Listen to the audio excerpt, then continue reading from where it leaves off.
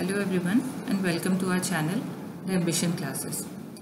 In this video, we'll be talking about a very important chapter, Morphology of Flowering Plants, which is from class 11 Bio. Now what are flowering plants? The flowering plants, they are also known as angiosperms. They are the most diverse group of land plants with around 300,000 known species. They differ from gymnosperms by characteristics like flowers, endosperms within the seed, and the production of fruits that actually contains the seeds. So, these are the most important characteristics which distinguishes a flowering plant from non-flowering plants. Now, this is a picture of a typical flowering plant. There are two main systems, the root system and the shoot system. In a seed, there is radicle and plumule. From the radicle, we get the root system, and from the plumule, we get the shoot system. In this particular video, we'll be talking about the root system, the different types of roots and their modifications. Since actually the chapter Morphology of Angiospermic Plants is very vast, in this particular demo video, we'll be covering only a small portion of it, mainly concentrating on the system. Now, what are roots? And what are the different parts of a root? Roots actually they develop from the radicle of the seed. These are the non-green underground parts which are present in the soil. Now what is the meaning of negatively phototrophic? Negatively phototrophic, it means that it goes in the opposite direction of light.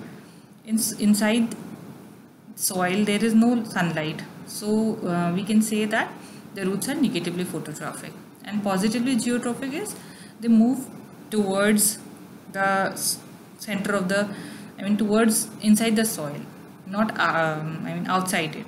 Okay, so it is positively geotrophic. And another important characteristic of root is that it has no nodes and internodes, unlike the stems. Okay, so the picture on the right side of the slide, you can see this particular picture shows the different parts of the roots. What are the different parts of the roots? The first is the root cap. The root cap is at the apex of the root. It is a very smooth cap-shaped structure. What is its main function? Its main function is it is protective in nature. Now, different number of root caps may be present. Some have single, some have multiple root caps, like in the aerial roots of screw pine. Then in hydrophytes, you can say that the root caps are generally not present because it is not very difficult to move inside water. In the soil, we need this protective cover of root cap, but in hydrophytes, it is generally not present or rudimentary in nature.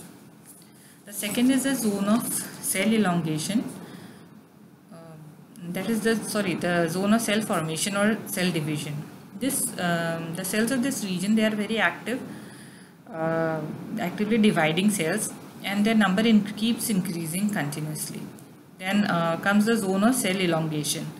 Maximum growth in the cells, it occurs in this zone, and the cells which are present here, large central vacuoles can also be found in the cells of region of cell elongation.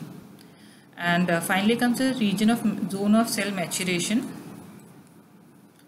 The cells in this region, they are differentiated into permanent tissues depending upon the functions which they have to perform. Okay, so root hairs are also present in this region, which mainly helps in the absorption of water. Okay, the root hairs will find in the zone of cell maturation. Now, what are the different types of roots found?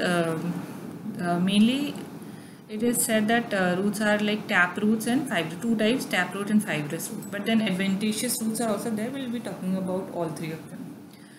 Now, what is tap root? Tap roots, these are formed from the radicle which is present in the seed. It develops from the radicle of the seed. And a primary root is there. And from that, lateral roots, secondary and tertiary roots, they are developed. The primary root, it grows and gives rise to the secondary and tertiary roots. Okay, it is mainly found in the dicotyledonous plants. The most common examples are mustard, turnip, mango, peepal. Okay, now next comes the fibrous root system.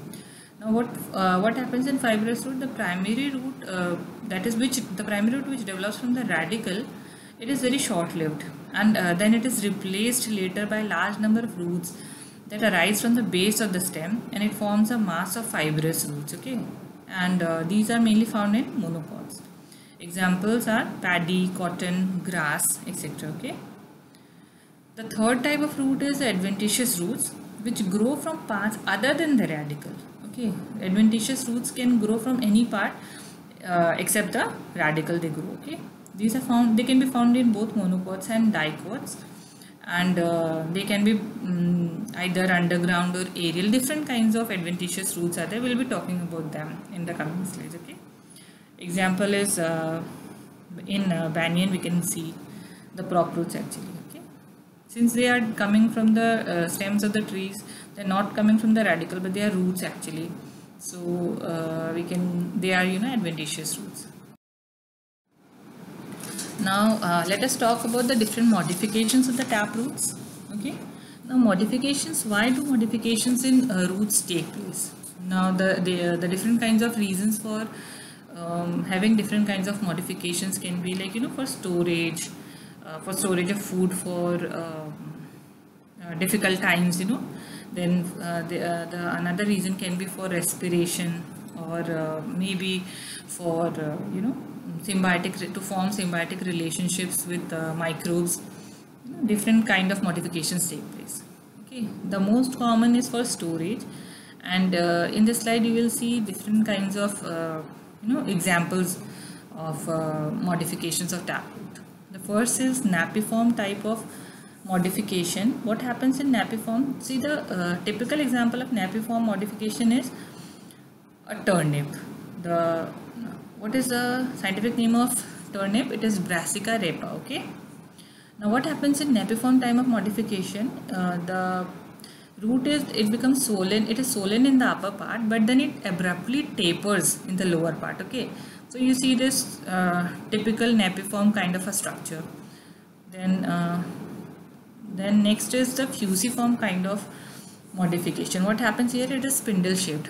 How you see at the top it is a little tapering, but then again it increases in girth, and then again it tapers in the lower part of the root. Okay, so it is basically spindle shaped.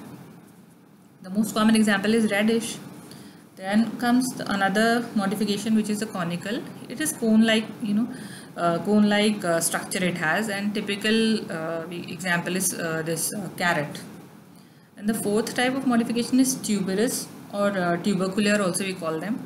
Here no particular shape is found. It just the roots get thick and fleshy, and they store food products. Okay. The example, this picture is of actually 4 o'clock plant, mirabilis. Okay. Now the next reason for modification of taproots is for respiratory purposes. Okay, like in some plants like Soneraceae etc., which grow in salty marshes. Now they develop special kind of roots for respiration. What happens is these roots, which are called respiratory roots or pneumatophores, they are also called. They are conical in shape, and they arise from the branches of the underground taproot. Like the root which is inside the ground, from them branches arise and they grow vertically upwards. Okay? That is, they are negatively geotropic. The taproot was positively geotropic, it was inside, but then from that taproot what happens is negatively geotropic branches of underground roots, they grow vertically upwards and come out of the soil into the air. What is the main purpose? The main purpose is that they have aerating pores called pneumatopods, which facilitate respiration for these plants. Okay. The next and very important modification of taproot is the nodulated roots. What happens in the roots of legumes like pea or gram, chana, or groundnut, mungfali or soybean etc. They have nodules which have nitrogen fixing bacteria in them. You see in the right picture on the right side, there are small white round structures. These are what? Nodules. Okay, and what they have inside them? They have the bacteria of the genus Rhizobium. And what property do Rhizobium has, or different nitrogen fixing bacteria, what important function they have? What they can do is they fix atmospheric nitrogen into nitrates, which is then absorbed by the tree for their nutrition. This is a symbiotic kind of a relationship. Both of them are getting profited.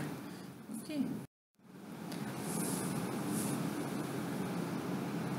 Now the next modification, here we'll be talking about modifications of adventitious roots. Here again it happens for different purposes, like for storage, for support, for different vital functions. Okay. So first we will be talking about for modifications of adventitious roots for storage. The first picture you see is tuberous roots of sweet potato. What happens here is a single root arises from the nodes of the stem and become tuberous and fleshy for storage of food. Okay. Single root from single node. Okay. Example is sweet potato. Then the next is fasciculated roots. These are, what happens here is roots arise in bunch from lower node of the stem and they become fleshy to store food. See, you can see that like 3 or 4 roots are arising and they are becoming fleshy in the case of dahlia. Okay. Another example for fasciculated root is, you can say asparagus, I guess. Yeah, asparagus. Then next comes the beaded or moniliform kind of modification. What happens here is roots swell at different places, forming a bead-like structure. Okay, forming beaded structures. We find this in vitis and momordica, and in some grasses also we find this kind of modification. Then the next is nodulose kind of modification of adventitious root. What happens here is the root apex becomes swollen and fleshy. Okay, see, roots are coming like normally they are coming, and then at the end they become fleshy, swollen. They become swollen with food reserves. Example is turmeric, haldi that we use. It is a good example of nodulose roots. Okay. And finally the last one is annulated roots. What happens here is roots have series of ring-like swellings. Okay. You can see in this picture how annulated, like rings, ring after ring it is, you know, the roots have modified in that form. Okay, the next slide, this slide is showing the modifications of the adventitious root for support, for the purpose of support, how the roots modify to provide support to the plant. Okay, the first here is the buttress roots. Okay, now what happens is buttress roots, they arise from the basal part of the main stem. From the main stem they'll arise from the lower basal part, which is towards the ground. Okay, from there they'll start and they'll spread in different directions in the soil. You can see in this picture the buttress roots in Bombyx sativa. Semal का पेड़ पता है ना, semal. So in that you will see कि buttress roots होते हैं. ठीक है. The next picture is of stilt roots.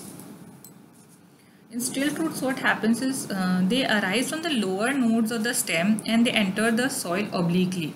From the lower nodes, what happens is roots will arise and then it will enter the soil, like for support.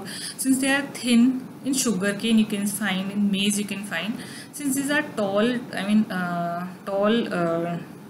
plants, so what happens is for support, thin and tall. Okay, so for support what they do is they have these stilt roots which provides anchorage to these plants. Okay, example I told you, sugarcane, maize, screw pine. Okay, the next is prop roots. What happens now? Prop root is the most common modification which we see, which we all must have seen at some point.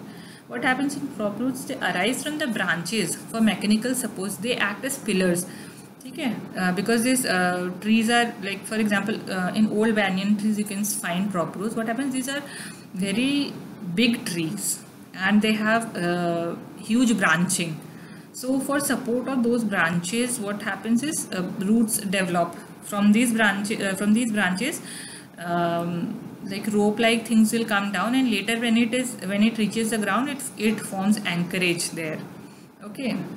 It will get in, go inside the soil and it will act like a typical root. Okay. So I told you most common example is people. Okay. Then next is climbing roots. Yeah, sorry.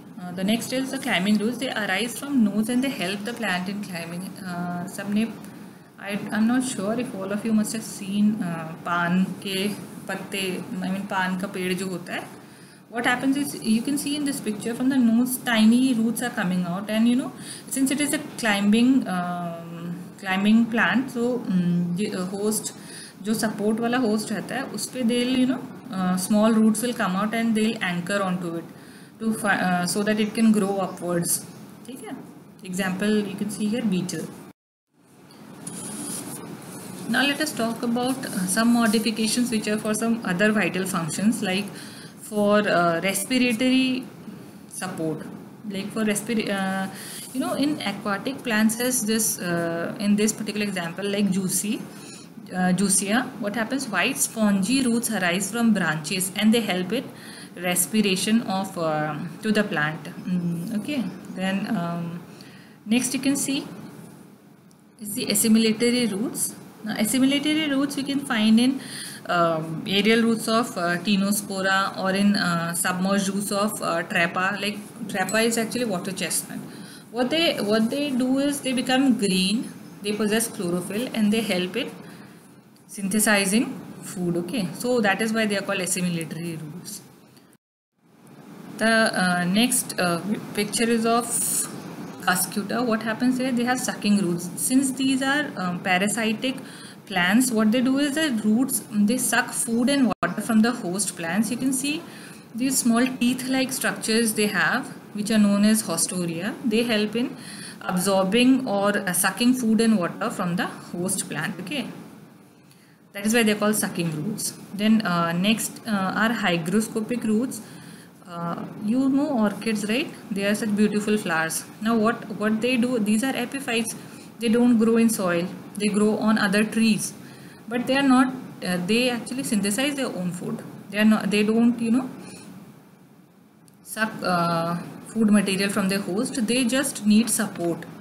They just only for anchorage they are using host. Otherwise they can synthesize their own food because they are green. And as far as absorption of water is considered, what they do, they have special tissues called velamen, which helps in absorption of water from moisture from the air. Okay, so these are the roots of these plants. They are particularly modified into hygroscopic roots. They absorb water from air. Okay, then the next is clinging roots. We all have seen ivy. Okay, ivy, these are like climber kind of trees. The scientific name is Hedera helix. They arise from the nodes and internodes, and they pierce the stem of the host plant and attach the plant to the host plant. Okay, these are also clinging roots. These are known as clinging roots. Now the next is the foliar roots. In some plants, actually foliar roots, they are also called as epiphyllous roots. And examples are Bryophyllum, Bignonia. What happens is, new plants, actually the leaves of these plants, they have the capacity to give rise to new individual fully self-dependent plants. Okay, leaves of these plants, they have adventitious roots on their leaf margins. If it falls on ground and if it has favorable conditions, then new leaves will arise from the margins of these leaves, and they give rise to a whole new plant. Okay. In floating plants like Salvinia, one leaf of each node is modified into roots for balancing the plant in water. See, in case of Salvinia, now the roots are performing another kind of function. The next is mycorrhizal roots. Okay, roots of species like Pinus, they have symbiotic association with fungus. They do not have root hairs. As a hyphae of the fungus, it performs the function of root hair for mycorrhizal for these species actually. Okay. So in this particular video, this much is what we'll be talking about roots and their modifications. You can find MCQs in a PDF of the MCQs from particularly this portion of the chapter in the description box. And I would like to emphasize on the advantages of joining us. Like we have live online classes, there will be doubt clearing sessions after each class, and there are a lot of other advantages of joining us, the Ambition classes. Okay, so if you do like this video, do subscribe and contact us if you want to join.